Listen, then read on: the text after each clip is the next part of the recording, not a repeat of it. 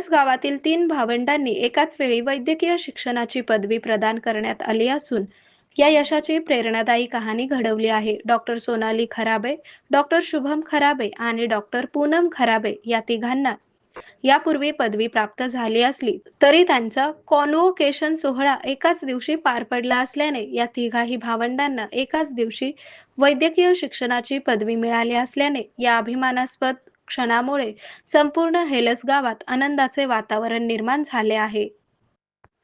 या तिन्ही भावंडांनी आपल्या मेहनत, जिद्द आणि कुटुंबाच्या पाठिंब्याच्या जोरावर हे यश संपादन केले आहे. त्यांच्या या यशामुळे गावातील नव्या पिढीसमोर एक आदर्श निर्माण झाला असून शिक्षणाबद्दलची प्रेरणा अधिक रूढ झाली आहे. त्यांच्या या उल्लेखनीय कामगिरीबद्दल सर्व स्तरातून त्यांचे कौतुक होत असून त्यांना पुढील वाटचालीसाठी शुभेच्छांचा वर्षाव होत आहे. गावचे माजी सरपंच तथा पत्रकार पांडुरंग खराबे यांची डॉक्टर पूनम खराबे मुलगी असून दीपक सीड्स संचालक रामेश्वर खराबे यांची कन्या डॉक्टर सोनाली खराबे बोराडे व चिरंजीव शुभम खराबे या तिघांनी एकाच